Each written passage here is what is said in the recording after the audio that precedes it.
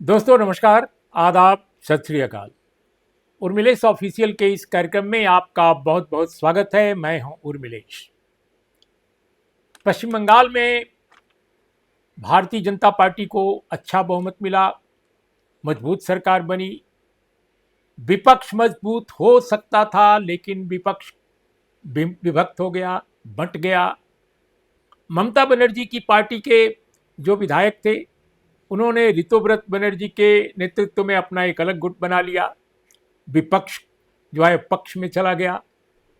अब वो साफ दिखाई पड़ रहा है, ममता बनर्जी के जो समर्थक लोग हैं उनकी संख्या वाकई कम हो गई है। पहले मैं समझ रहा था, या आप लोग भी समझ रहे होंगे, कि कुल मिलाकर 25-30 तो होंगे ही, लेकिन ये पता कल चला है मंडे को, जब मंडे को बंगाल की विधानसभा में दो कानून पास किए गए, दो विधेयक पास किए गए। उन विधेयकों के बारे में आज का मेरा एपिसोड है, बहुत ध्यान से सुनिएगा। लेकिन इसके पहले ये बात सुन लीजिए कि जितने विपक्षी दल के विधायक होते हैं विधानसभा में, बंगाल की 294 का पूरा टोटल संख्या है बंगाल विधानसभा का, उसमें 186 जो है बीजेपी के साथ हैं और जो शेष बचते हैं वो विपक्ष के साथ हैं। लेकिन ममता बनर्जी के विधायकों सहित जो और भी इंडिपेंडेंट वगैरह कुल मिलाकर हैं, सबने मिलाकर 17 वोट दिया सरकार के खिलाफ। शेष सारे के सारे वोट जो है वो चले गए शुभेंदु अधिकारी की जो सरकार है, उसने जो कानून पेश किया था उसके पक्ष में। और कानून क्या है दोस्तों, ये बड़ा दिलचस्प है। जब बंगाल का चुनाव हो रहा था तो लोग बता रहे थे, अखबार लिख रहे थे, टेलीविजन भी बता रहे थे, और टेलीविजन तो और ज्यादा काफी जोर शोर से बता रहे थे कि केवल भद्रलोक ही नहीं, बंगाल का ओबीसी, दलित सब उतर गए हैं बीजेपी के पक्ष में। बीजेपी की हवा बह रही है ओबीसी में, अपर कास्ट में यानी भद्रलोक में, और यहां तक कि दलित और ट्राइबल्स में भी। अब हवा तो बह रही थी तभी इतनी सीटें आई, एसआईआर की माया भी थी। लेकिन मैं ये नहीं मानता कि सिर्फ एसआईआर की माया थी। जरूर कुछ ऐसा हुआ जिसकी वजह से ओबीसी कम्युनिटी में, दलित कम्युनिटी में और ट्राइबल कम्युनिटी में भी बीजेपी ने अपनी हवा अच्छी बना ली थी, इसमें कोई दो राय नहीं है। एसआईआर का ये पूरा का पूरा बाखेड़ा ना होता तो शायद सीटों का फर्क पड़ता, जाहिर है पड़ता। लेकिन जो बात मैं कहने जा रहा हूं बहुत ध्यान से सुनिए कि ओबीसी कम्युनिटी ने बीजेपी को जमकर वोट किया। मैंने स्वयं टेलीफोन से बहुत सारे लोगों से बातचीत में करता था, उनकी बैकग्राउंड पता करने की कोशिश करता था कि वो कहां जा रहे हैं, उनकी उम्र भी पूछता था टेलीफोन पर, मैं जा नहीं सका। तो उससे पता चलता था कि ओबीसी कम्युनिटी में भी भद्रलोक की तरह काफी बड़ी बढ़त है। लेकिन दोस्तों, चुनाव के बाद जब सरकार आई है शुभेंदु अधिकारी की सरकार ने, पहले तो वो निपटे ममता बनर्जी से, उनकी जो मेंटर या उनकी जो पहले की अध्यक्ष थी पार्टी की, उन्हीं के अंडर में वो काम करते थे एक जमाने में, टीएमसी से ही वो बीजेपी में आए। तो पहले तो अपने पुराने बॉस से निपटे, उनकी पार्टी को तहस नहस कर दिया। केवल कलकत्ता में नहीं किया, दिल्ली में भी कर दिया। और अब दोस्तों उन्होंने जो दूसरा जो हमला किया है, जबरदस्त हमला, वो ओबीसी के इंटरेस्ट पर किया है। ओबीसी जिसने कि बीजेपी को जिताने में बहुत महत्वपूर्ण भूमिका अदा की और बीजेपी के हिंदुत्व के जीत के जश्न में काफी डूबे भी वो, इसमें कोई दो राय नहीं है।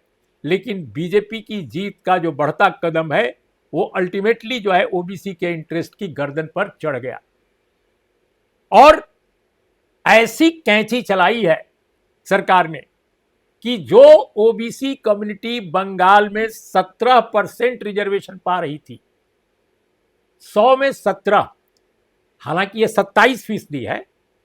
पूरे भारत में, पूरे भारत के लिए 27% रिजर्वेशन रिकमेंड किया गया है ओबीसी का। लेकिन कुछ राज्यों ने ओबीसी कम्युनिटी को बहुत कम रिजर्वेशन दिया और बोला कि हमारे यहां तो जात पात नहीं होता है, हमारे यहां जात की बात नहीं होती है। उसमें बंगाल भी एक था। जो पहले लेफ्टिस्ट की सरकार थी, वाम मोर्चे की सरकार थी, उसके नेता कहा करते थे कि हमारे यहाँ जात पात नहीं होता है, इसलिए हम तो 27% नहीं देंगे, और नहीं ही दिया। शुरू में तो 9 देने का फैसला किया, लेकिन बाद में सद्बुद्धि थोड़ी आई तो 7% दिया, फिर 10% और बढ़ाया, और 17% बुद्धदेव भट्टाचार्य के समय रिजर्वेशन हो गया ओबीसी कम्युनिटी का, जो आज तक चला आ रहा था। ममता बनर्जी ने बुद्धदेव भट्टाचार्य के खिलाफ बहुत अभियान चलाया, लेकिन ओबीसी कम्युनिटी का जो रिजर्वेशन 17% था, 17%, उसको बरकरार रखा। लेकिन दोस्तों, अब आपको मैं बता दूं कि 17% वो रिजर्वेशन को शुभेंदु अधिकारी की सरकार ने 7% बना दिया है। यह सोमवार का विधेयक पारित हो गया। अब एक कानूनी जामा पहना दिया जाएगा। इसके पहले भी उन्होंने ये किया था, लेकिन अब कानूनी तौर पे बाकायदे विधेयक पास करके कानून के जरिए अब ये फाइनल हो गया। दोस्तों, ये क्यों किया गया, कैसे किया गया, क्या दलील दी गई, क्या आधार बनाया गया, वो मैं बाद में बताऊंगा। लेकिन आप बिल्कुल ध्यान से सुनिए, बहुत दिलचस्प ये कहानी है। मैं ये नहीं कह रहा हूं कि आप आरक्षण के समर्थक हैं या आरक्षण के विरोधी हैं, वो अलग मुद्दा है। लेकिन आप देखिए कि एक बहुत बड़ा सामाजिक वर्ग बंगाल का, जिसके बारे में कहा जाता है कि वो तकरीबन 50 से 55% बंगाल में है। मैं ओबीसी की बात कर रहा हूं। कहा जाता है कि बंगाल में 50 से 55% है, जिसको नियमतः 27% रिजर्वेशन मिलना चाहिए, लेकिन उसको अब तक 17% मिल रहा था, और अब शुभेंदु अधिकारी की सरकार ने उसको 5% कर दिया, अरे 7% कर दिया। यानी 17 से 7% ओबीसी कम्युनिटी का, जो 50 से 55% जिसकी आबादी है। हालांकि जाति जनगणना तो 1931 के बाद हुई नहीं, अब हो रही है, आंकड़ा आएगा, एग्जैक्ट पता चलेगा। लेकिन जो एक इनफॉर्मल असेसमेंट है बहुत सारे सोशल साइंटिस्ट का, वो बताते हैं कि 50 से 55% के नीचे नहीं है, ऊपर ही है। इसमें जाहिर है मुस्लिम ओबीसी और हिंदू ओबीसी दोनों हैं। दोस्तों, इस मामले पर बहुत पहले से ममता बनर्जी भी बहुत पक्ष में नहीं थी, लेकिन वोट पाने के लिए मुसलमानों का उन्होंने रिजर्वेशन को लागू करना उचित समझा, वरना वो जाति जनगणना के पक्ष में नहीं है। अभी भी जाति जनगणना के पक्ष में बीजेपी भी नहीं थी। वो तो राहुल गांधी ने इस मुद्दे को इतना बड़ा मुद्दा बना दिया कि दबाव में आकर बीजेपी ने जाति जनगणना का मामला मान लिया, और जातिवार जनगणना हो रही है। लेकिन सुना है मैंने कि शायद उसको भी सैबोटाज किया जा रहा है, ताकि सही आंकड़े न आ पाए। पहले चरण में तो ओबीसी के बारे में पूछा ही नहीं, जातियों के बारे में पूछा ही नहीं। अब दूसरे चरण में बताया जा रहा है कि पूछा जाएगा। मैं नहीं जानता कि केवल ओबीसी पूछा जाएगा या ओबीसी की जातियां भी पूछी जाएंगी, और जो पूछा जाएगा वो वाकई रिकॉर्ड पर जाएगा कि नहीं, क्योंकि हम तो एसआईआर में देख चुके हैं कि पूछा कुछ जाता है, लिखा कुछ जाता है, और नतीजा जब आता है तो कुछ दिखाई देता है। राजगोपाल की केस में भी देख लीजिए, टेलीग्राफ के एडिटर रह चुके हैं लंबे समय तक, और उनका एसआईआर में नाम ही कट गया, पासपोर्ट भी नहीं मिल पाया उनको, क्योंकि रिन्यूअल नहीं हुआ। तो मेरा ये कहना है कि अब आगे क्या होगा मैं नहीं जानता, लेकिन बंगाल में जो हुआ है इस मुद्दे पर आपको मैं बताऊं कि 7% रिजर्वेशन उस कम्युनिटी को दिया गया जिसकी आबादी 50 से 55% है। इसमें हिंदू मुसलमान दोनों ओबीसी है। अब दलील क्या दे रहे हैं? बीजेपी के स्तर पर, जो आरएसएस के स्तर पर कार्यकर्ता काम करता है, मैंने आज कलकत्ता में बहुत लोगों से बात की। कई लोगों का कहना है कि जो पार्टी के कार्यकर्ता हैं, संघ के कार्यकर्ता हैं, वो तो ये कह रहे हैं कि आपको क्या फिक्र है, आपको क्यों परेशानी इससे है, ये तो मुस्लिम कम्युनिटी के लोगों का आरक्षण कटा है, जो मुस्लिम ओबीसी हैं, आपको क्या परेशानी है। 77 जो जातियां कटी हैं वो मुस्लिम ज़्यादा हैं। लेकिन उनको ये नहीं बताया गया कि जो आपने हिंदू ओबीसी कम्युनिटी की जातियों को शुमार किया है 7% में, अब 7% में कितने सारे लोग शामिल हो गए जो माइनॉरिटी कम्युनिटी के ओबीसी हैं। ऐसा तो नहीं कि सारे के सारे हटा दिए गए, वो भी हैं। 77 जातियां केवल उसमें से हटाई गई हैं, डिलीट की गई हैं, रिमूव की गई हैं। लेकिन मुस्लिम ओबीसी का जो पसमादा जिसको पसमादा कहते हैं, उसका एक हिस्सा है, हालांकि काफ़ी बड़ा हिस्सा कटा भी है, जैसा मैंने आपको बताया 77 कम्युनिटी। तो अब हिंदू ओबीसी और जो शेष बचे मुस्लिम ओबीसी हैं, ये सारे जो हैं कंपीट करेंगे नौकरियों के लिए, पढ़ाई लिखाई के लिए 7% में, 7% में सब शुमार कर लिए जाएंगे, सब एक दूसरे से कंपटीशन में उतरेंगे। जहां 17% था, जो होना चाहिए 27%, कम से कम 27%, अधिकतम तो मान लीजिए 49% भी हो सकता है, 50% भी हो सकता है, लेकिन 17% को भी शुभेंदु सरकार ने टॉलरेट नहीं किया और निकाल दिया। और ओबीसी मृदंग बजा रहा है, ओबीसी हिंदुत्व की जीत के जश्न में डूबा हुआ है, और अभी भी बताया जा रहा है उन लोगों के बीच कि मुस्लिम लोगों का कटा है नाम, हिंदुओं का नहीं कटा है। अब हिंदुओं की तकलीफ देखिए कि जातियां बढ़ा दी गई हैं।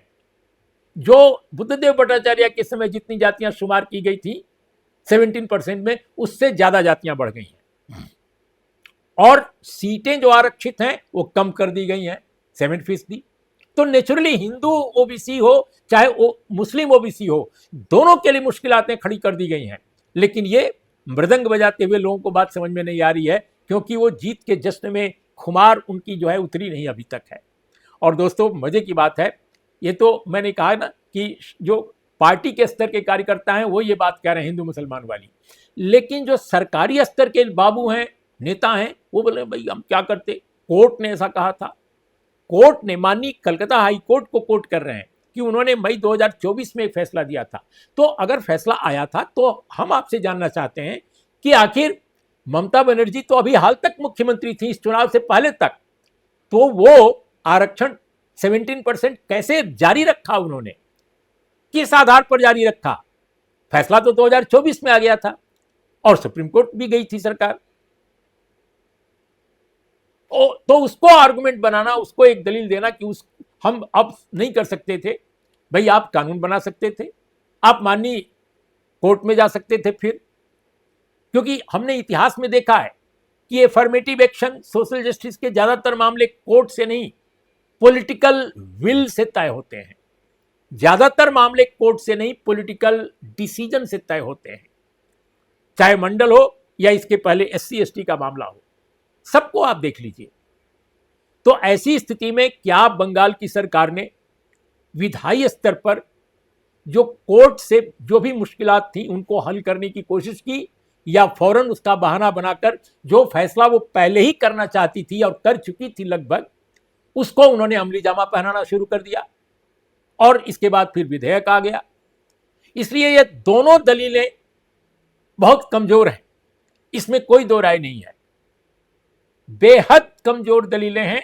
लेकिन शुभेंदु अधिकारी की सरकार ने, शुभेंदु अधिकारी की सरकार पहले ही ये मन बना चुकी थी, और उसका सबसे बड़ा उदाहरण है कि विधेयक के पहले ही, कानून पारित कराने के पहले ही ये निर्णय किया जा चुका था।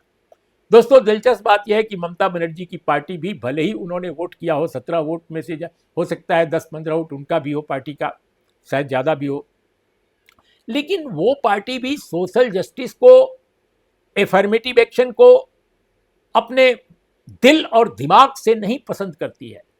वो उनकी मजबूरी है, सिर्फ और सिर्फ वोट, इसके अलावा कोई कमिटमेंट नहीं है।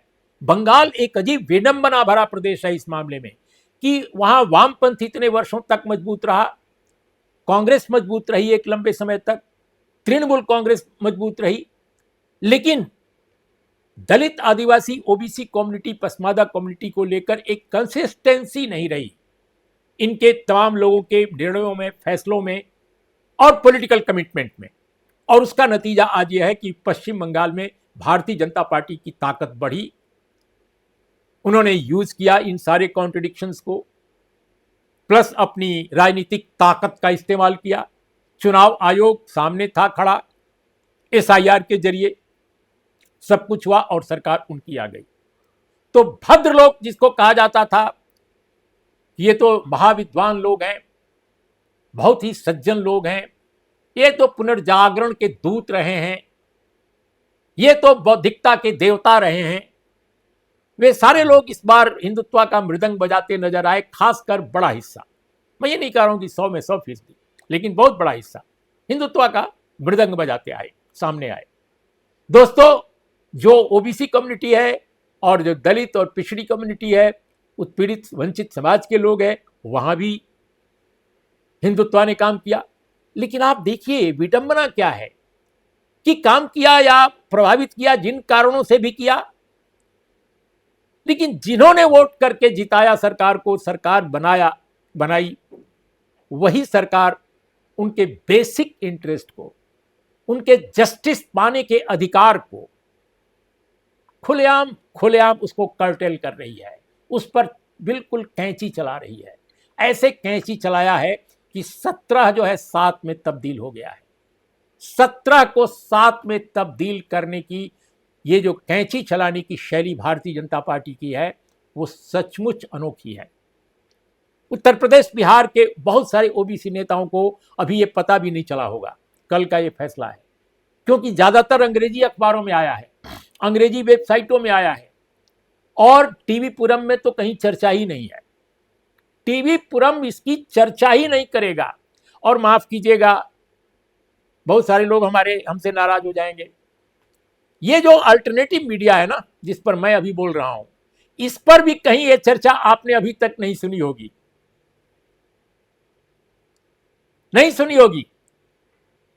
कि ऐसा हुआ है, जबकि अंग्रेजी के बड़े अखबारों ने इसके प्रमुखता से खबर छापी है। मैं आज भी कहता हूं, अपने पूरे दम के साथ कहता हूं कि इस देश में अभी भी मीडिया में अगर कुछ भी बचा हुआ है तो देश के कुछ अंग्रेजी अखबारों में बचा हुआ है। आप उनको लाख गरिया लीजिए, लाख उनको कोस लीजिए, लेकिन अंग्रेजी अखबारों में कुछ ऐसे अंग्रेजी अखबार हैं जो अब भी तमाम तरह की खबरें छाप रहे हैं। दबाव हैं, बहुत सारी मुश्किलात हैं, लेकिन कम से कम कुछ तो कर रहे हैं। अल्टरनेटिव मीडिया से वो संभव नहीं है, वेबसाइटों को छोड़ दिया जाए तो।